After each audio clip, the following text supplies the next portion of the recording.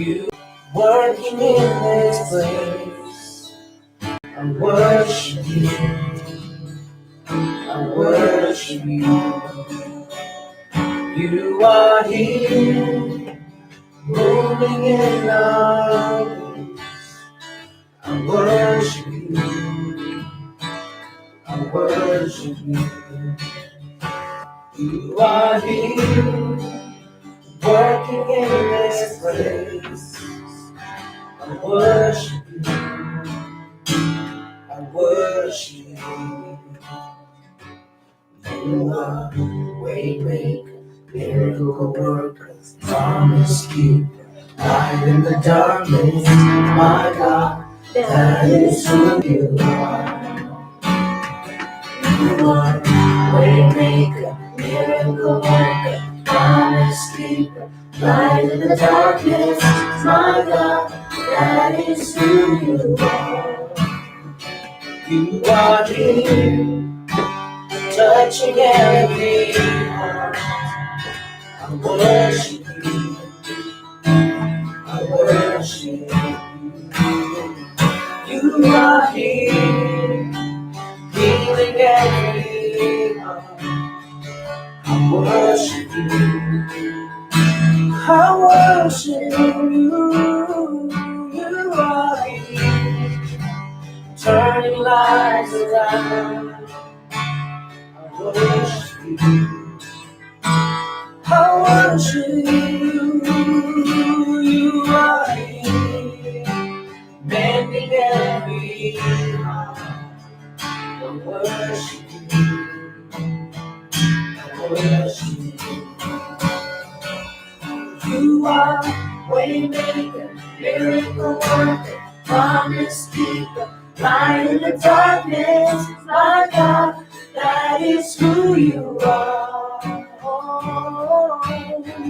Waymaker, miracle worker, promise keeper, light in the darkness.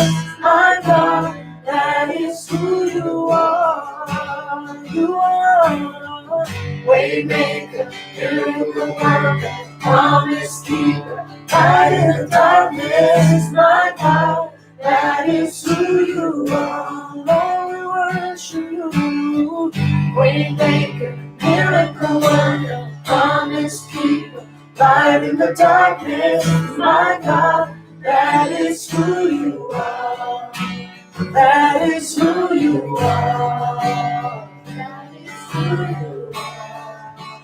That is who you are. That is who you are. Yes, that is who you are. Oh, that is who you are. That is who you are. That is who you are.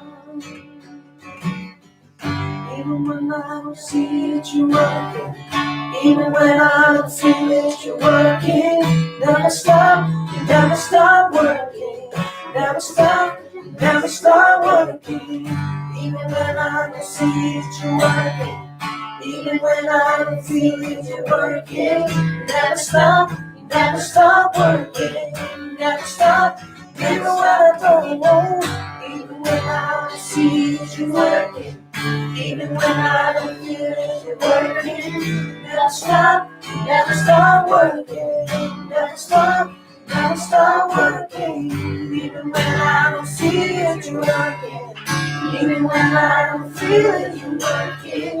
Never stop, never stop working. Never stop, never stop working. Waymaker, miracle worker, promise keeper, light in the darkness. My God, that is who you are. You are. Waymaker, miracle worker, promise keeper, light in the darkness. My God, that is who you are. That is who you are. That is who you are. That is who you are. That is who you are. That is who you are.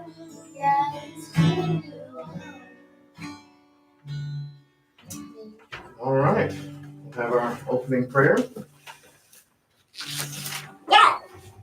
Heavenly Father, thank you again for just the privilege of allowing us to come together to read and study your word, just share with one another, just continue to bless us and teach us through your Holy Spirit, just to decipher the words and the understandings that you desire for us to know tonight. And just thank you just for everything that you continue to offer us, Lord. In Jesus' name we pray. Amen. Amen. Before we get started, let's everybody give a shout out to Junior who's watching. Hey, Junior. Hey. Junior! He said he's at home emotional because he misses being here. So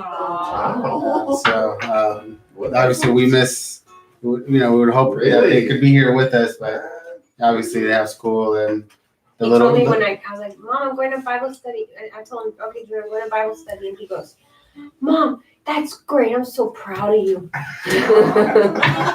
Aw, that's so cool. Anyways, obviously last week we met at Rick's mom's house, and Maitland and James were there. We had a ton of food, probably over 8, but we still went through the Word of God. So I don't know if either of you want to kind of slight recap for those who weren't here. What do you remember about? We kind of backtracked a little bit into chapter 21.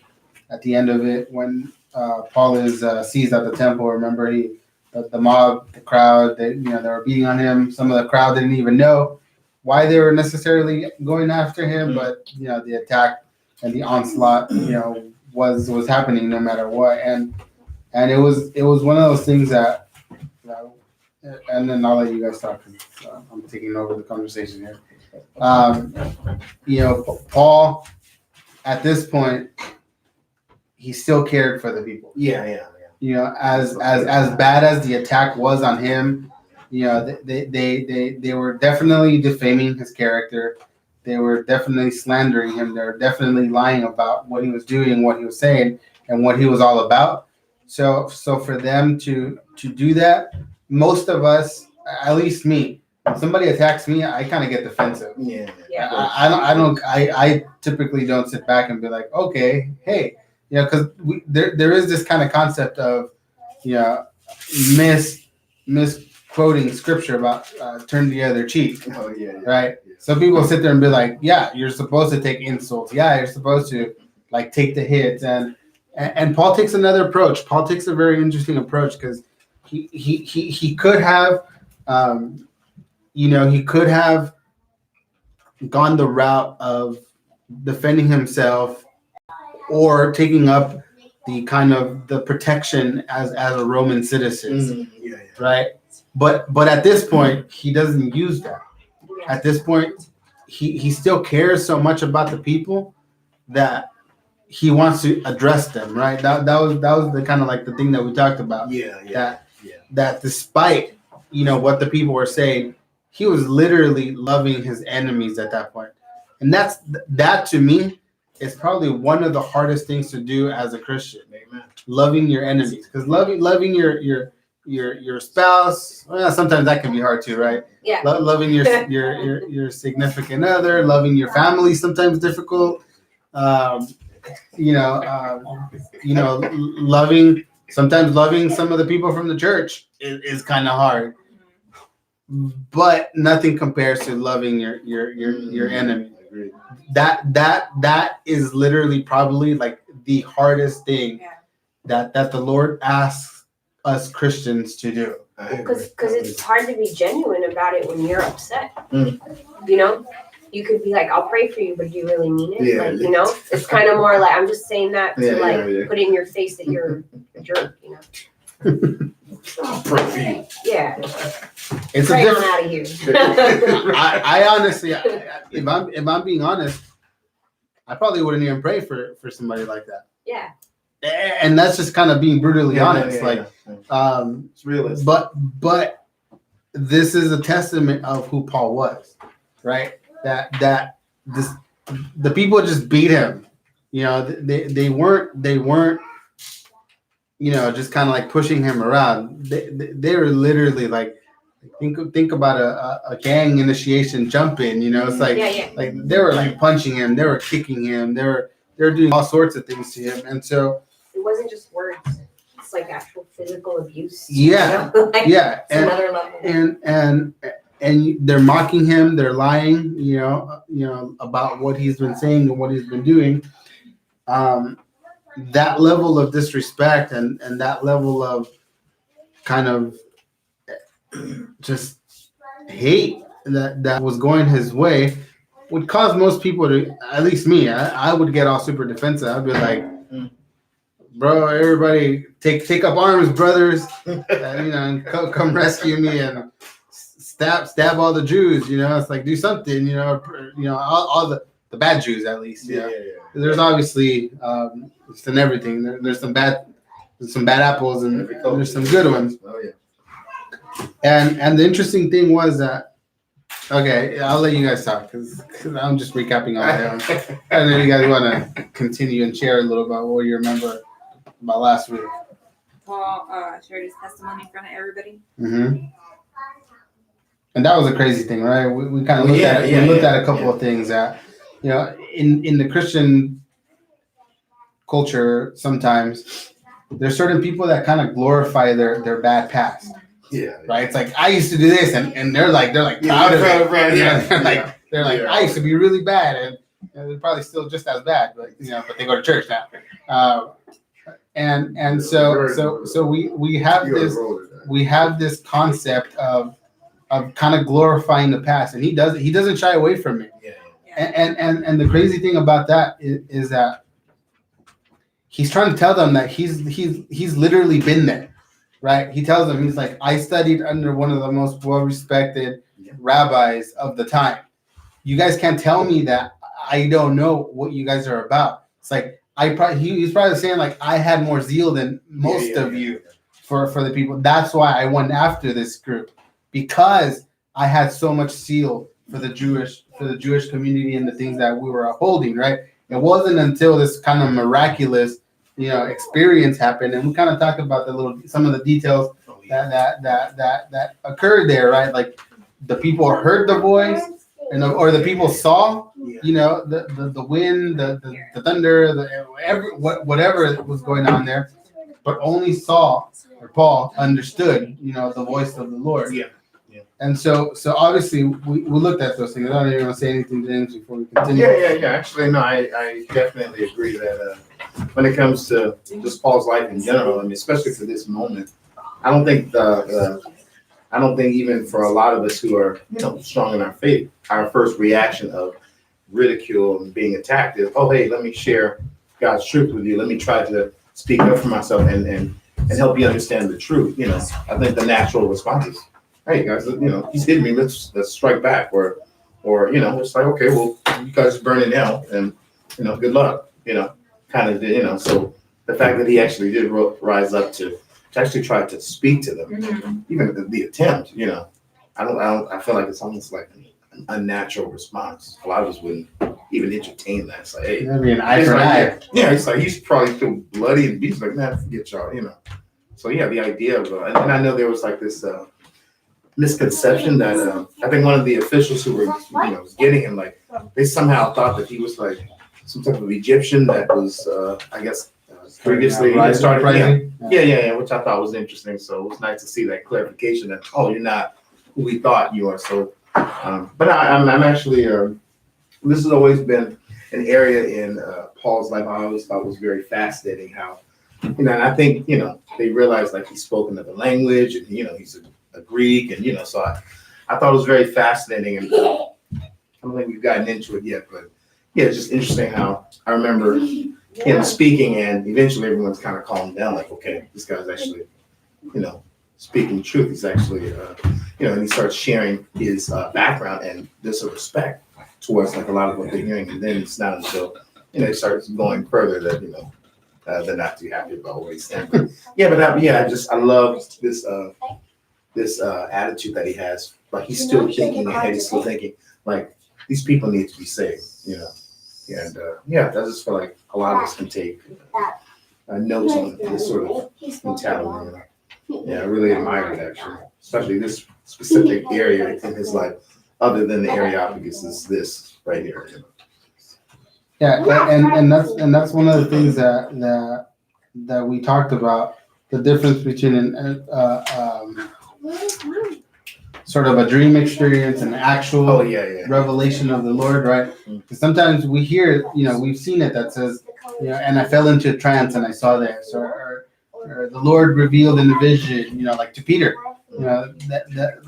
he talked to the Lord, the Lord spoke to Peter, in visions and dreams, but something like this is what I don't think Paul would have had that dramatic change with the dream.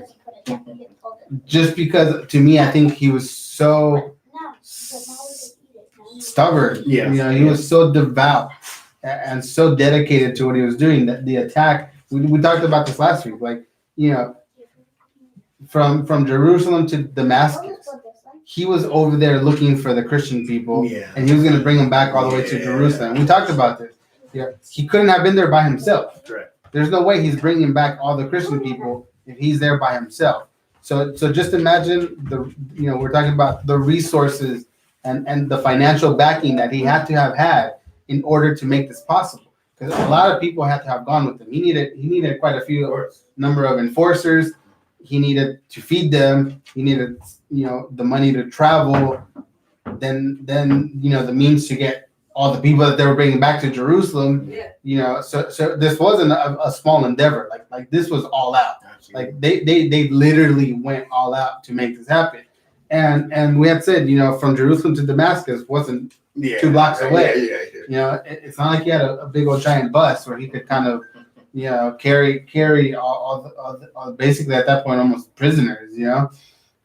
So this was a really huge endeavor that he took on, and he was telling them, it's like, I did all of this because I thought I was doing the right thing. I thought I was doing something for God, and so obviously, he loses his sight, he regains it, and I'm pretty sure all of that's kind of playing into why Paul is who he is, right? Absolutely. Because he could have probably left, that experience and been like, dude, did I just hallucinate?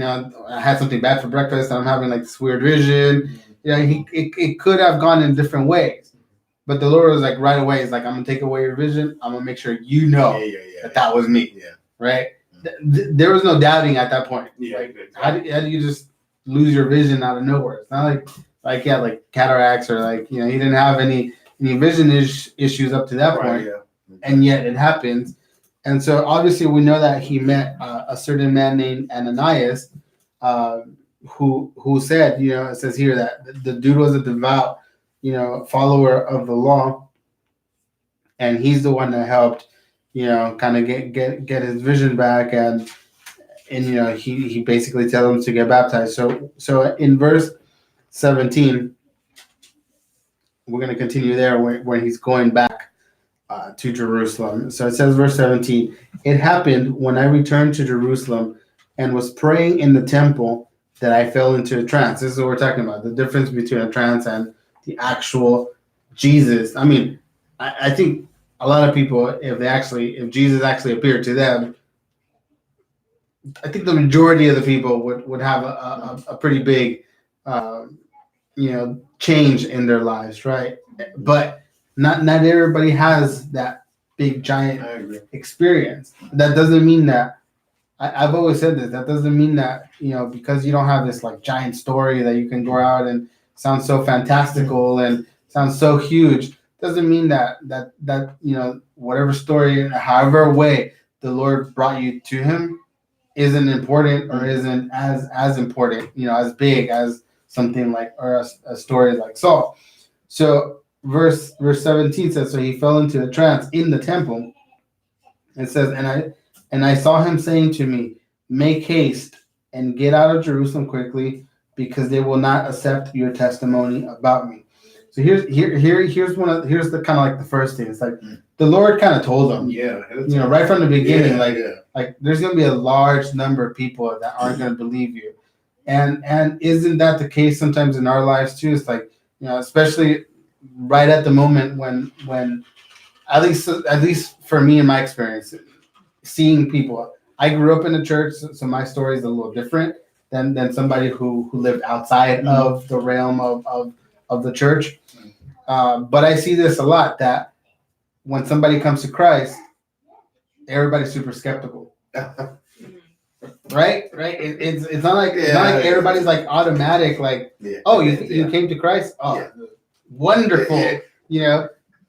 Tell me about the Lord and what He's done in your life. And I 100% believe everything you just told me about what He's doing in your life. Most people are kind of like, let me see. Non-believers or believers in the church? Both. Really? Yeah. Because that never happened to Ricky. Everyone like, you came to Christ, that's awesome. I think there are certain cases where there's But no doubt. Non-believers did that to him. yeah. You're just joking. Yeah, like I a know lot of who people- you are, what you've done. Like, I know who you are. Yeah. And I'm sure that some of these people here were kind of, yeah, right, dude, you're like a flip-flopper. You're one of us like 2 years ago. Yeah. And now you're over here, defending these dudes, you know? So I'm pretty sure, like, there's division. There was clear division here, because some people may have believed his story, but also this whole mob mentality thing is like, well, I don't want to go against, what's happening here, so let's just kind of go along with it. So the fact that some people may not believe our testimony doesn't mean that we shouldn't be careful with our testimony, right? At this point, we understand that a lot of the slander, a lot of the lies that are being kind of hurled at and against Paul, we know that they're false, right? And everybody who knew Paul and anybody who would have been associated with Paul would have known right away, like, nah, we know this dude, right? But obviously, there's always going to be an opposition. There's always going to be, the attacks from the enemy. Of course. So verse 19 says, so remember, he had been warned, right, many times. This, I don't know if you guys have this in your Bible, but those are red. Those are red letters, right? That was Jesus talking to him. This was part of the experience and the revelation that he got from Jesus Christ himself, right? This wasn't Ananias speaking to him. Other people told Paul the exact same thing. They repeatedly warned them. We talked about this extensively. I remember that. Like, was that dude stubborn? Was he stupid? Or was he just like the most bold individual of all time? Upon first reading, I thought he was stupid. I was like, how the heck? All these people telling you, from the Lord. Yeah. Like on first glance, it just seemed like this dude's just like straight out stubborn. Like, I'm just going to Jerusalem no matter what, right? And so verse 19 says, and says, Lord, they themselves understand. This was his reply, that in one synagogue after another, I used to imprison and beat those who believed in you, and whom the blood of your witness, Stephen, was being shed. I also was standing by, approving and watching out for the coats of those who were slaying him. So even him, he's kind of like, he's admitting that he was there, right? He was admitting that he was a part of it. To me, accomplice or not, like, he didn't stone Stephen. He probably didn't grab any of the stones and he didn't throw any at Stephen. But the fact that he was there, like, I approved this. Yeah. Like, he's over there holding the coats so that the people can do the dirty work, right? Yeah. Like, he to some degree, it sounds like he's kind of like washing it a little bit, like he's kind of like washing his hands a little bit, like, I didn't really do it. Yeah. And he could have taken that stand, but he's being honest about it. And he's like, he's not shying away from it. He's like, like I was literally holding on to their coats because I approved of what was going on. Like he didn't stop it. He wasn't like, they're like, oh, that was brutal. That was savage. That was like, I was wrong. He was literally saying, like, this is what happened. This is what I did. This is how it went down. And so, he goes out of his way to try to prove a point, right? And and I don't know if you guys catch this, but I'll ask you this question: Why would he bring up the stoning of Stephen when he's possibly about to get stoned himself, or hung, or crucified, or whatever they're about to do to him? Something's about to happen to him. Why bring up Stephen to this group of people who clearly are trying to cause something to happen to him? Why bring up Stephen? Why bring up the past of what he's done and what he was willing to do back then? So they kind of change their heart and not want to do the same. Okay, Valerie? And feel the same way that he does now. Like making the same mistake but with a different person. Yeah. Yeah. I could see that. Before you even do what I do. You know? Because just imagine the amount of guilt He that does Paul had. Yeah. Oh, that's what I'm thinking. Yeah. Yeah, I know that some people don't really think about that. Like, what if you met some of the family members of Stephen? What if some of Stephen's family members are right there? You know, not all of them were going to be believers. Some of his friends may have been there. You know, some classmates or whatever it could have been, right? That along with a bunch of other people. I'm sure it's not specifically said here, but I'm pretty sure Stephen wasn't the only one that this happened to, right? I'm sure that there's countless number of people that died, were tortured, were you know, beat down or imprisoned or done something to them because of what Paul and this kind of group of Jewish people were kind of, you know, doing, right? So it's always very interesting to me to see, you know, most people at that point, at least me, I think I don't know if I would have brought that up. You know, it's like when you're trying, to some degree, he is kind of defending himself. He's trying to use the influence of his testimony. But this one could have kind of backfired, right? Some people there might have been like, oh, you know, like, I feel kind of bad for Paul. You know, it's like, what did he really do? Like, why are we so angry at him? And then he brings up like, yeah, I was there. You know, I watched this. Yeah. And some people would be like, oh, damn. Nah, you know, never mind. Hurt him. Get him. Yeah. Hurt him. You know, get him. But for some reason, he decides to share. And look what it says in verse 21. And he said to me, again, this is going to be in red, go, for I will send you far away to the Gentiles. This is one of the things that kind of stood out to me in the kind of why I chose the title. Who checks our social media pages and remembers? Nobody. And she's community manager supposedly. And don't go on Instagram. I know, right? Cheaters. All I remember is it was a white backdrop with like a pretty, like kind of bluish, like circle, and then Christ Messenger. God is not done with you. On there. God's not done with you, right? There you go. Technically, Paul wasn't really working for God at the beginning of his work for the temple, basically, right? Mm-hmm. That work wasn't of the Lord, to kill people, you know, to attack people, to imprison people. That's never the Lord's work. We kind of understand that in history. You think about the Crusade. I was just thinking about that. You know, the people who, yes, obviously, you know, if it's war, it's a different thing. You know, if the Muslims, if the Ottoman Empire, whatever it could have been, were about to harm, you know, their own people, their own families, then I think it's justified to protect your own people. Absolutely.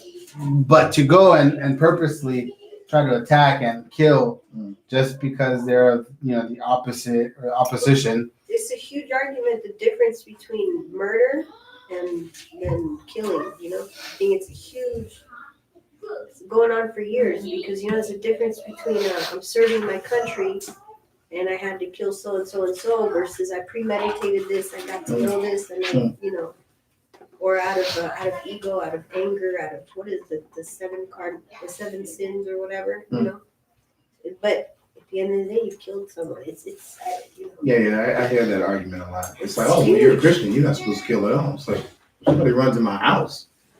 What do you think's gonna happen? It's like, it depends on my family. What do you think's gonna happen? I'm not gonna. Well, hey, let me pray for you, bro. Yeah, Jesus loves you. What? My sweater says there's a God in heaven who loves you. Yeah. And then, I don't believe this, yeah, but It can happen. I mean, it there's could. some crazy things that have happened before. I think it's the last resort type of thing. There you go. Yeah. If It's not like, hey, you're in let me. danger, okay. Yeah. Yeah, but to think about it in that situation, I go down the checklist and be like, all right, we gotta approve of this, right?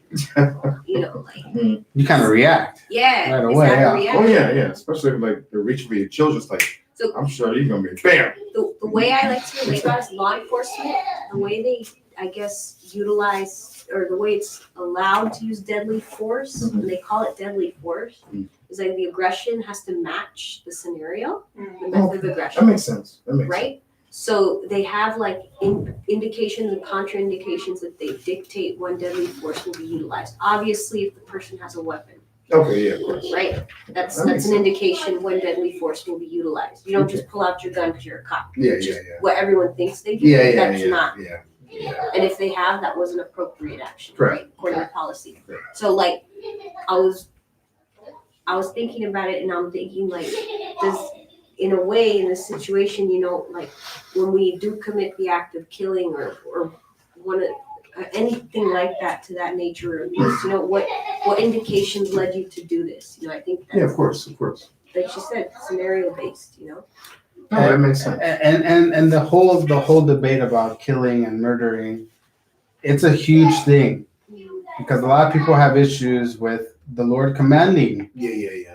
in the Old Testament, for the Israelites to kill a lot of the people in the Promised Land and around it. So I think there is we're not necessarily going into that, but there is a clear distinction between murdering, Yes, of course. and killing. Absolutely. Right? There is justified killing, and that's obvious. Yeah. Then obviously we start getting into broader areas of capital punishment. honor killings in Some Christians are opposed to it. Some Christians are like, hang them. Yeah. Give them the shot. So in the Crusades, what bothered me is that they just said, not that they said, but they declared someone heresy based on just trying to learn the Bible, and then look, Oh yeah. You don't do that. You don't read it for yourself. You but gotta come to the you, church. but Then they did we do a tell you. process. They went through a trial, like they still had, Yeah. At the end of the day, it was heresy. They Yeah, still of burned. course. I feel like that's Yeah, murder. you go to the church. You don't learn yourself. How dare you? Yeah. How dare How you dare do you this learn by yourself? yourself? Yeah, you don't do that. Not at that time. So it was crazy, right? When you think about Paul's life, up until this moment where Jesus comes to him, talks to him, and tells him, "I have a mission for you." He's basically like, "Bro, I have something for you to do." I don't know if we ever kind of sit down and stop and think up to this point, probably from the youngest age as a young Jewish boy, up until this point, and I keep forgetting to check about how old he was. I keep on saying I'm gonna search it, I'm gonna do some research, and I just kind of neglected to do so. But let's say it's about 40 years. Let's give just hypothetically, let's give Paul 40 years up to this point, right? So at age 12, 13, they're officially like considered men at that point, right? Yeah. So, but before that, Jewish children are trained, right? They're taught, they're kind of brought up to do certain things, right? So from the earliest probably memory that he has up until this point that Jesus talks to him, this dude lived like a Jewish life, like, Hmm. like from beginning to end, Yeah, yeah. end there, and he was fully devoted to it. Yeah. And out of nowhere, the Lord's like, I have something else for you. Like this is all he knew, Yeah. right? It's not like he had known something else. We don't see none of that, and that's why when he speaks about like I studied under Gamaliel, it's like this dude saying like I lived it, I breathed it, like this was me. Yeah, This was like in me. This is who I was. And now the Lord's like, nope, I'm about to do something different with you. Well, and think about it, because so the point of bar mitzvah is just to be PC. But in reality, women shouldn't get one, in my opinion. But some people argue it. But it's really made for men, right? So the idea is that you get a bar mitzvah because you understand that now you're responsible for your own sins. Beforehand, before you have a bar mitzvah, so it's actually anything you do wrong, any sin you commit, even not eating kosher should count to you. Yes, I found Right? Falls on them. So it's interesting because if he had his bar mitzvah, he lived the life, he understands what sin is after 13, and then all of a sudden he's doing something that in the Jewish community is considered like idol worship, it's sinful, you shouldn't do this, and he's changing it. It's a big deal. Yeah. It's a big It is. It is. wow. And he has to get these people to understand this is not an idol. You have to understand who Mashiach really is. And to this day, they still are finding new things about who the Mashiach is. Yeah. You know? Yeah. It's like I would want to. I kind of would want to know, like, if I was there at that time, the first thing I would ask them is, like, who did you think the Mashiach was before this experience? That was the only thing I want to ask them. You That's a know? good question. Well, pretty much at that point, most of them are still waiting. Yeah, but that's what I'm saying. And waiting on what? You have to know what you're waiting for. Correct. Yeah, and most of them were waiting for a political leader Yeah. to save them from But did you think Rome. that? And then all of a sudden you accept something different. So to me, who did you think the Mashiach was before you saw this happen to you? Like, So the reason why I chose the title of what was it? Fail. God's not done with you, right? Is because I want up until this point we had said Saul had lived a very specific life, right? He had done a specific task, the specific work, and the Lord's like, I don't really care what you've done. I got something for you. yeah. And that's the beauty of the Lord, that He's like, I don't necessarily care what you've done in the past. You screwed up. You went after my people. Like God probably could have jolted him like a few years back, But He's like, I have something for you, and that should be, encouraging to us, because how many times do we mess up? Even now that we say that we're Christians, even now that we go to church, even now that we're studying the Bible, how many times do we screw up? And sometimes we start. Sometimes not everybody, but sometimes the guilt starts sitting in. Like it's like, now I'm such a screw up. Like I can't do this. Like Paul was probably the last person expecting the Lord to be like, dude, I'm gonna use you. Yeah. Right. Yeah. Especially after how he attacked at the church. Yeah. Like I don't think he ever expected to be like the main proponent of Christianity. Seriously. Because his attack on the church was like massive. Yeah. So, and then too, whatever decisions you make, you might not see the benefit for others, but it's true. There. It's in the book of life. So verse 22 continues, and it says, they listened to him, to the statement, and then they raised their voices and said, away with such a fellow from the earth, for he shouldn't be allowed to live. That's big, that's like taking it to they went level 1,000. Right? That's like this is literally. This is a nation. How'd you get to that though? You shouldn't. Like, who made you the life decision maker? Right. But what has he really said? Yeah. He just said, the Lord told me this, and he told me that he was going to send me to the Gentiles. To that point, he hasn't really. Maybe that's it for them. It's like, oh, Yeah. Gentiles. Like, how dare you? bring, you know. And God abandoned his people and went instead to the Gentiles. Well, you also said that it might have something to do with what happened to Stephen. I don't think this specific, at least the majority of the Jewish people there, I don't think they cared about Stephen. Yeah. I'm saying that there had to have been somebody there or in the vicinity or area that knew Stephen, and that could have also kind of played into it. Like that's the dude that killed my cousin.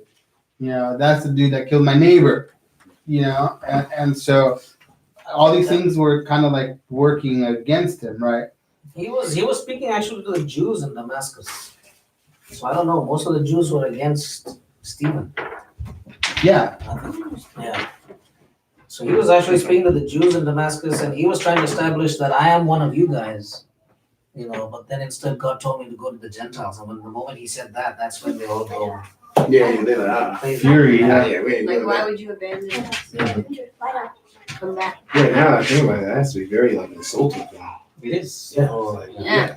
They were God's chosen. But to people. death. Israel, Jews, you know. That's so deep though. I don't care how devout of a believer you are. And then you're technically like, they would put you, I feel like an actual dude would be like, well then exile him, but don't put him to death. That's huge. Yeah.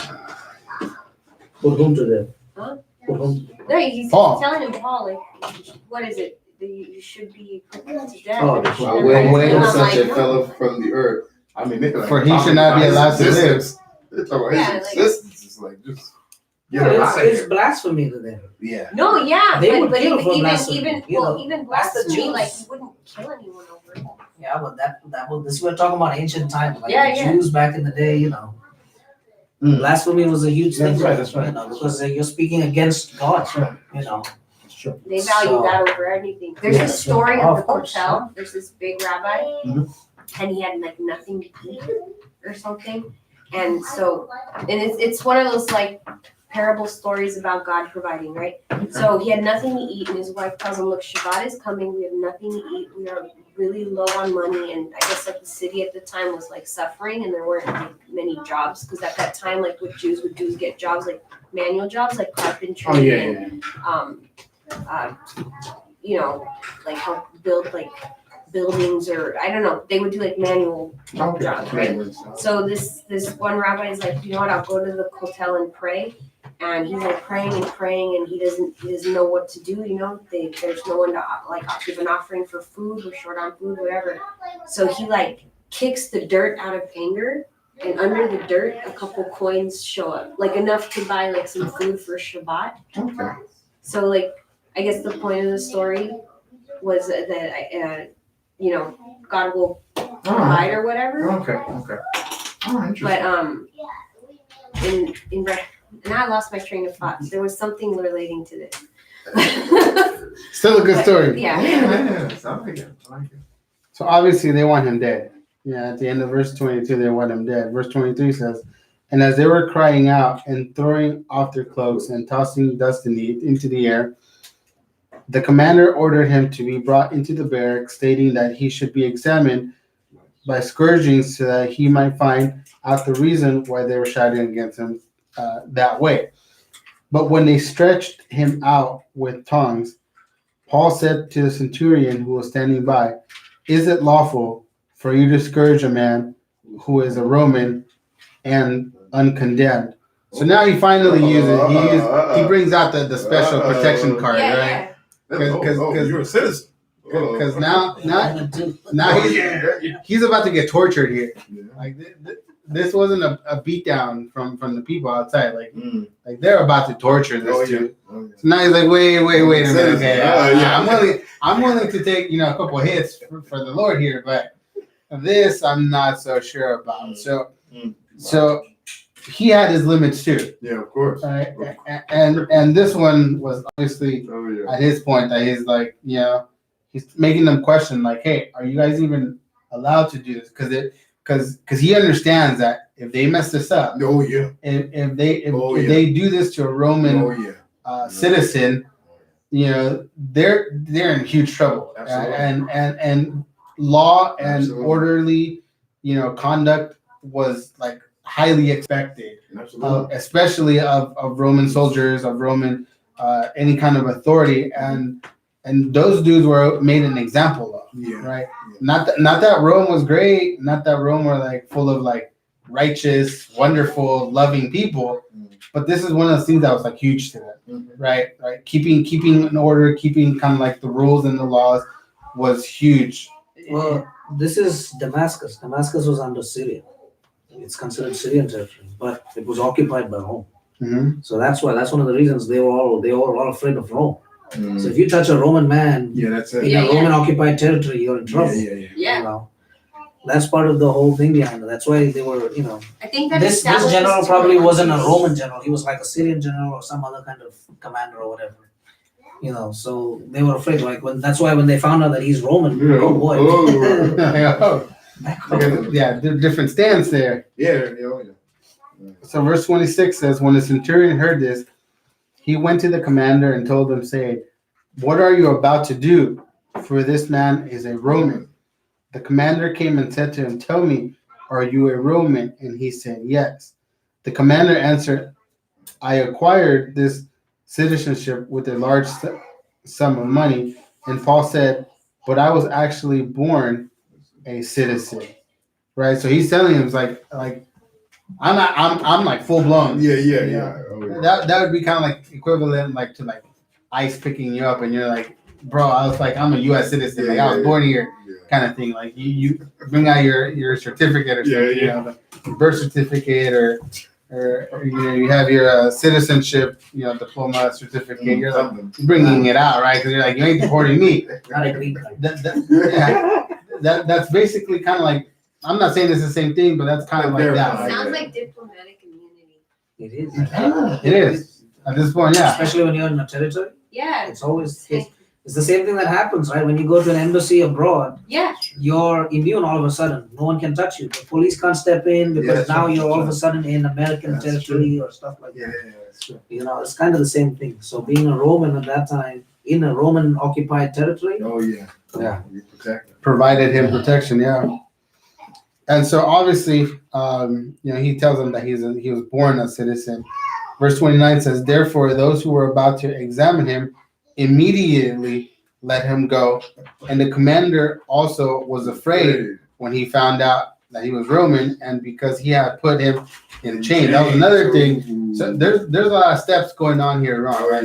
The Jewish people were wrong, the Roman people were wrong, and then finally, they're about to kind of like let him go. So it says, verse 30, "But on the next day, wishing to know for certain why he had been accused by the Jews, he released them and ordered the chief priests and all the council to assemble, and brought Paul down and set him before them." So he's kind of like, "All right, I can't keep you," but I guess to some degree he's kind of curious, like, I wonder why. Like, why are these people really this angry at you? Why do they want you dead?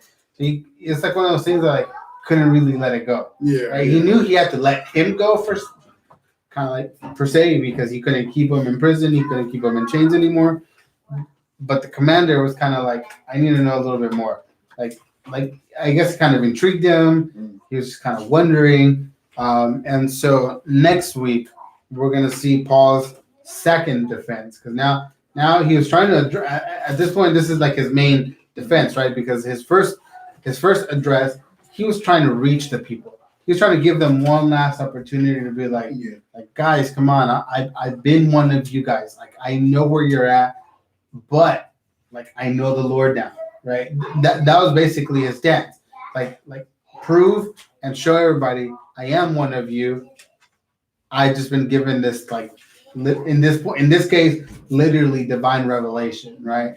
Because I used to help out a church called, in Spanish, an English translation was divine revelation, and they're all about the prophetic. They're all about speaking in tongues. And I have a couple of friends who go to similar churches where it's kind of like it's all about the prophetic and who has the prophetic spirit and the gift of prophecy and all that stuff. And again, we're not going to go into that because we could spend a whole hour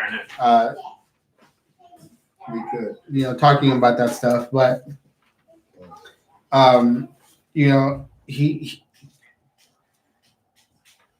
Paul did the right thing here.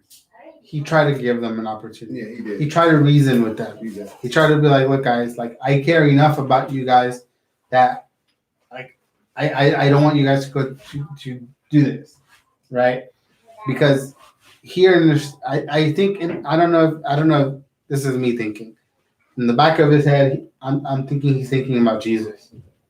It's like how many people were like, get rid of him, hang him, crucify him, and they also, all the people there present had the opportunity, right? Pastor Steve has been teaching about this from John last couple of weeks. Pontius Pilate didn't want to do it. Yeah. And Pontius Pilate's wife, who's a non-believer, also was like, bro, don't touch her. Like, don't. Like she may not have understood why he should have been hands off. And obviously we understand that. Nothing that they could have said or done was going to stop Correct.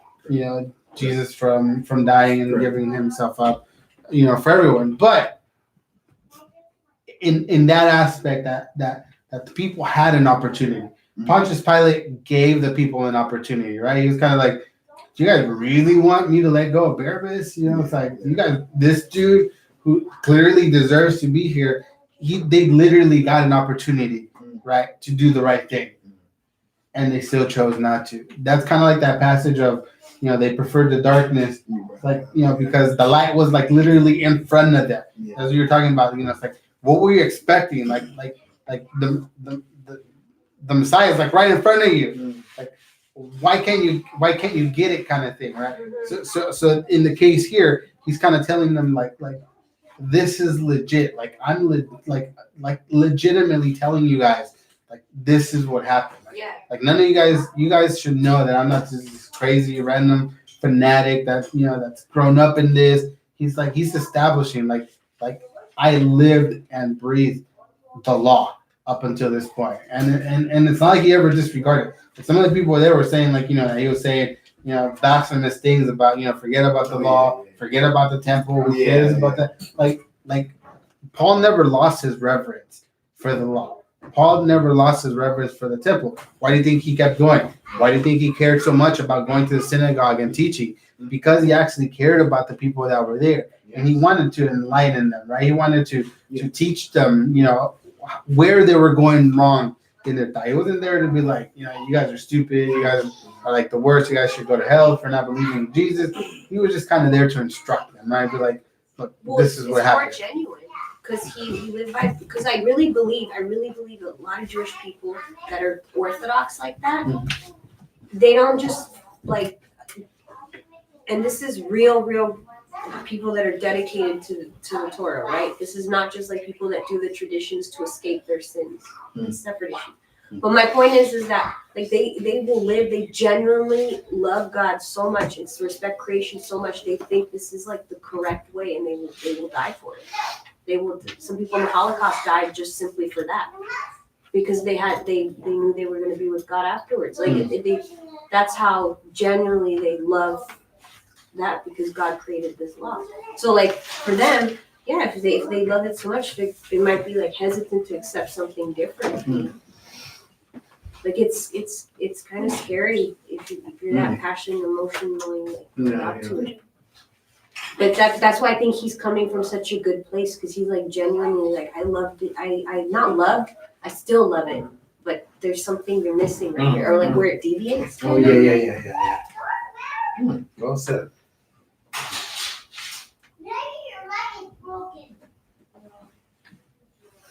So I'll just finish in verse 1 in chapter 23, and this is where we'll end. Verse 23 says, so he has one last, he's kind of coming up against the council, the commander, and the chief priest, right? We know that the chief priests are obviously against him. They want him silenced, they want him gone, they don't want to deal with him anymore. And so look at what it says in verse 1 of 23, and we'll end here. It says, Paul looking intently at the council. All right. Again, remember who's writing this.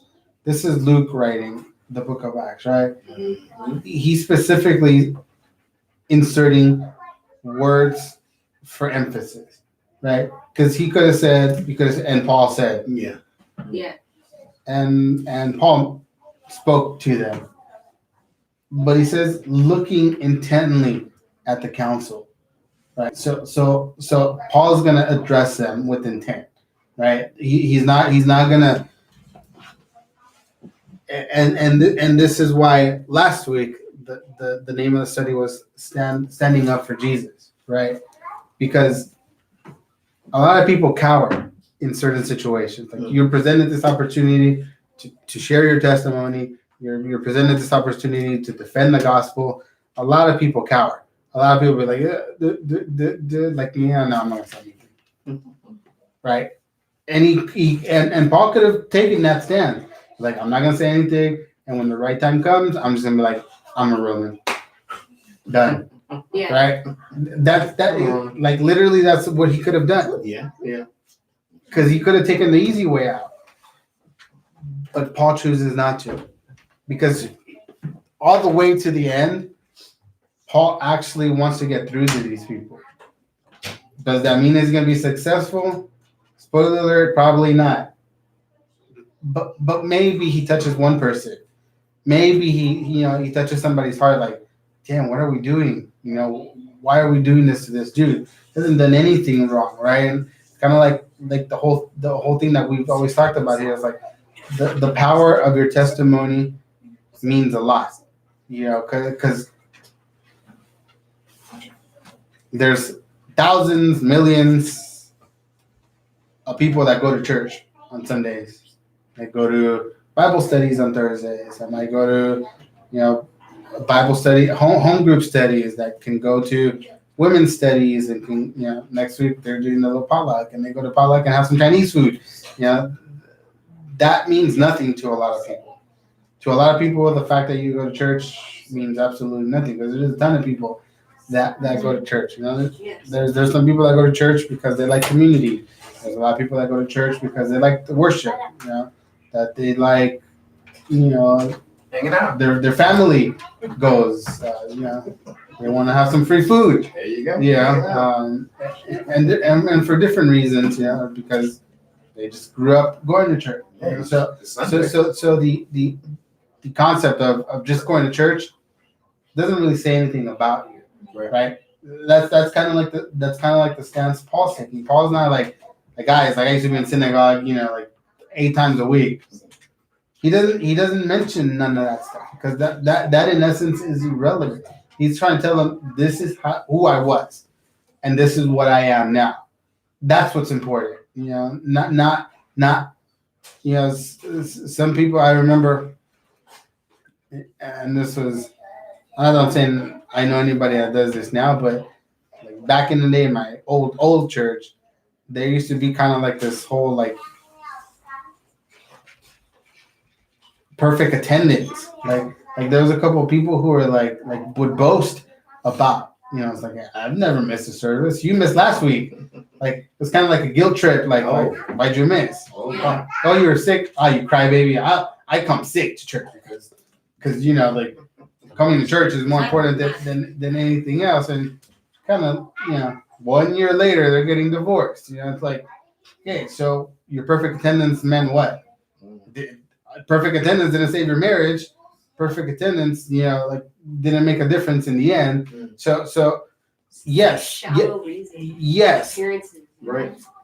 going to church is important. Now, I'm not saying don't go. Nobody hearing this. I'm not saying that don't go to church.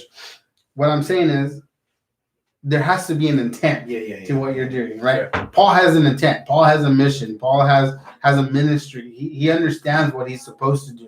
And he goes and he does it, right? A lot of times we just kind of go because we're going through the motions. Like I'm a Christian, I'm expected to go on Sunday. Like I'm in the worship team, so I'm expected to be there Thursday. So I'm expected to be there this other day, or I'm supposed to do this and I'm supposed to do that. Like that's what I think. To me, that's why Paul made such a difference, right? Because it wasn't an emotions thing. It wasn't this is what I kind of do. This is what I kind of like to do. Like he knew what he was supposed to do, and he did everything in his power to get it done. And that kind of like devotion, that passion, that care for people, it showed. Yeah, Like everywhere he went, and yes, obviously there was hate. The enemy's always going to attack. The enemy's always going to try to stop, the ministry from flowing, the ministry from impacting people. But anybody who knew Paul would have known what kind of person he was, right? Maybe at the beginning, remember back in the beginning, they're kind of like shaking, like, I don't know about this dude. It's like, oh, really? I'm not sure. Like he was just last week. He's over there killing us, right? But thankfully, he had a brother who stood for him, right? And so that is the ideal situation for us as Christians, to have people know us, to have people who can vouch for us, who genuinely know that none of us are perfect, none of us are free from stupidities and dumb things that we do on a regular daily basis, right? But overall, I think when we kind of show people who we really are, like, and how much love we have for the Lord, that shows. Yeah. Right. Yeah. And you see it, like you see it in everything. Think about you see some. I'll think just core church. The first Sunday that I ever went to core church, the first person I ever saw was Joseph. That was the first dude I ever saw coming in. He was outside. The parking was already starting to get full, so he had to go all the way to the outside to kind of like escort people to like hey, it's closed or whatever. Go to back then that Kaiser parking wasn't there. Yeah, that big lot, the front lot wasn't there. But he greeted me with a smile, and that was a huge change from all the sour puss faces that I used to get at my old church. Like anger and disdain that I used to get as soon as I showed myself, right? So it was a difference, right? I felt the difference. I was greeted by the people in the front door. Yeah. They were nice about it. Yeah. And sometimes you see some other people that are just kind of like, maybe you should find another ministry, right? Or am I exaggerating? Or am I like lying? No, there's some people there. Or some of the greeters. There's some of the greeters there that you're just kind of like, maybe you should cook, or maybe you should, I don't know, help clean or something. Because some people just don't have the spirit of welcoming people, being like loving and nice and having a smile. I'm that person. I have a resting face. I can't say that word, but I have that, man. So you do. Ricky used to tell me all the time when we were dating, like, people don't talk to you because you don't smile, or like you're mean, and I'm like, what am I mean? I'm not mean. He's like, well, people think you're mean and you're stuck up. And I'm like, I am not. I get the same problem. Yeah, you do have it. Yeah, that's right. Yeah. It's a little more like. I'm telling you though, you change a lot. Really? Maybe I it's the first time I saw you, Sabina, I was like, maybe something like going on, He's going on. hard time or something. Oh, that's so And funny. I just want to say hi to you. But now you're completely different. You should be proud of yourself. That's so funny. You changed a lot. Right? You see the difference in musicians. You see the people. You see musicians, singers.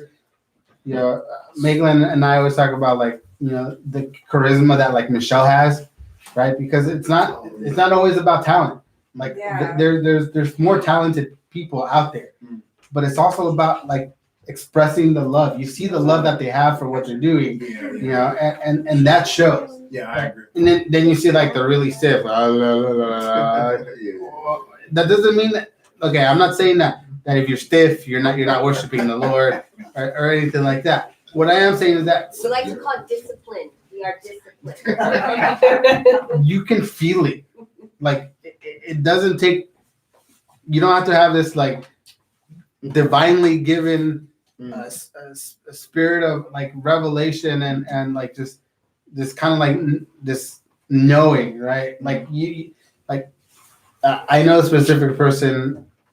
There's a couple of people at the church who say that they have spirit of discernment. Like they have the gift of discernment, right? And I'm a little skeptical. I'm like, yeah, red flag. But that's just me personally. But you don't have to have that like high level discernment to kind of feel when somebody actually loves what they're doing, right? Like I've seen pastors who preach bitterly.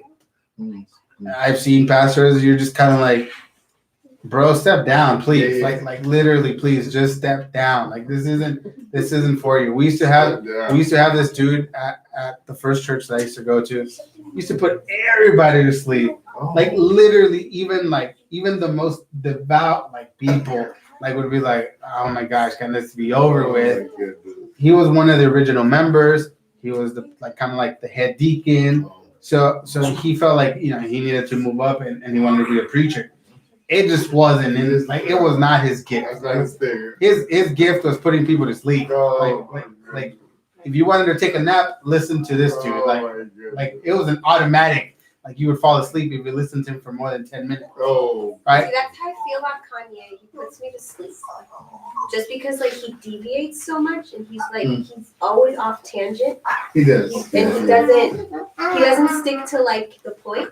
And even though you kind of get it, I was like, what was the point of mentioning it? So I end up falling asleep. He's kind of new to this too, so No, yeah, but I'm just saying like I'm still a little skeptical, but in his defense, Is it on YouTube? I listened like 2 or 3 because I was curious, I haven't heard Rick him is just adamant like he shouldn't be.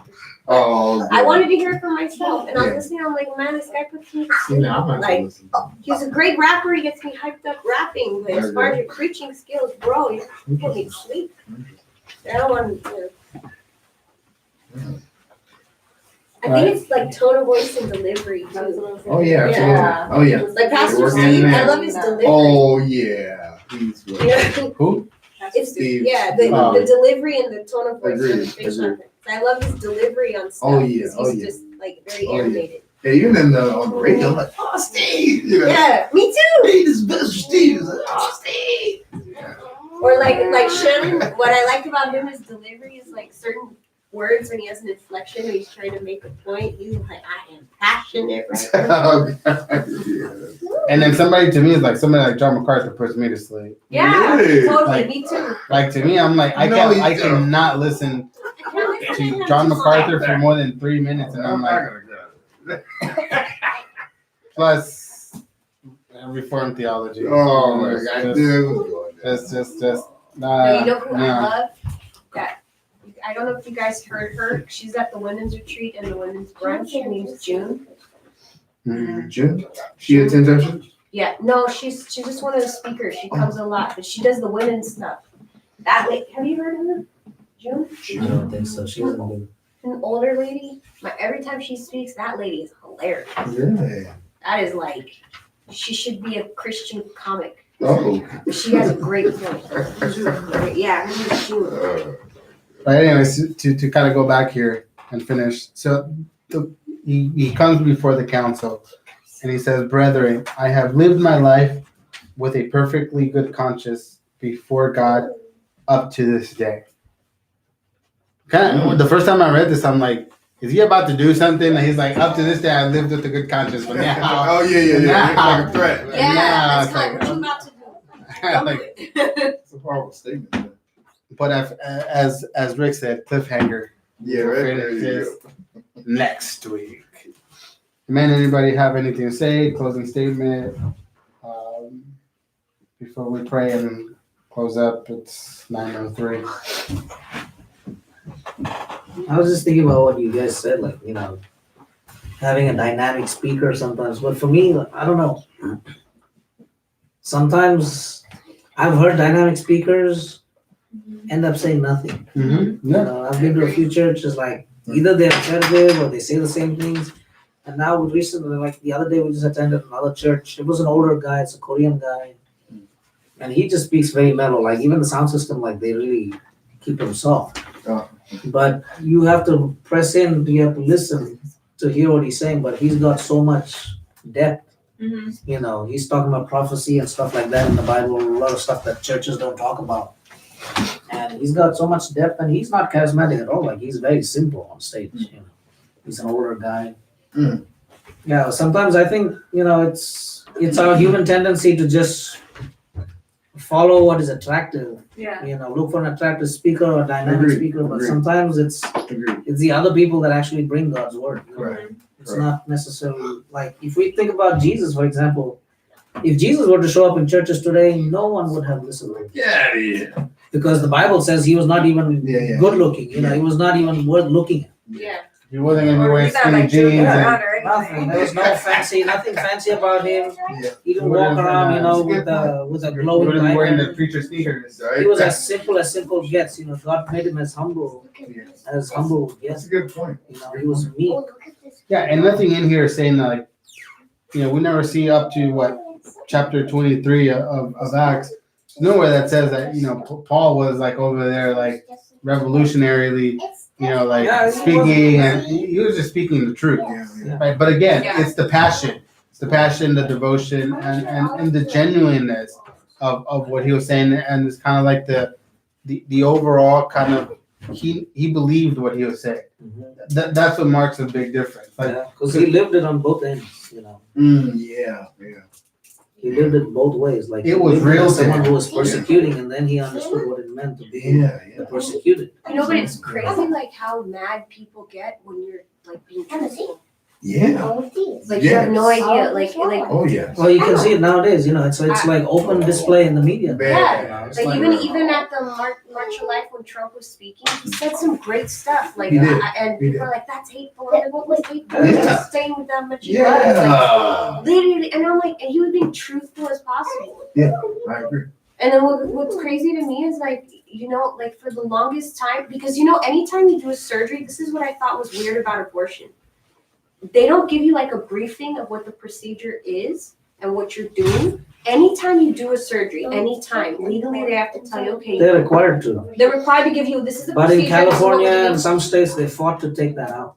Yeah, so I thought that was Yes. strange because I'm like, why would you hide the procedure for the actual patient if you didn't know you were doing something wrong? Yeah. Like that's kind of strange to me, you know, right? And if So- you're a minor, you're supposed to go to the parent first. right, The parent has to be there, or the parent has to be aware that you're going to do this procedure. right. But in California and other states, they took that out. So if It's in crazy. in that- They've done. in that retrospect, I'm like thinking, so you know, it's but then you tell people something like that, like look, like you don't think it's just to this is the truth, Yeah. and people get so mad and they jump from one tangent to another, Oh, yeah. and I'm just telling you, like it's the truth. Anytime you get, even if it's like a endoscopy, it's like you know, Oh yeah. it's treated like a surgery. They still tell you how it's gonna go, right?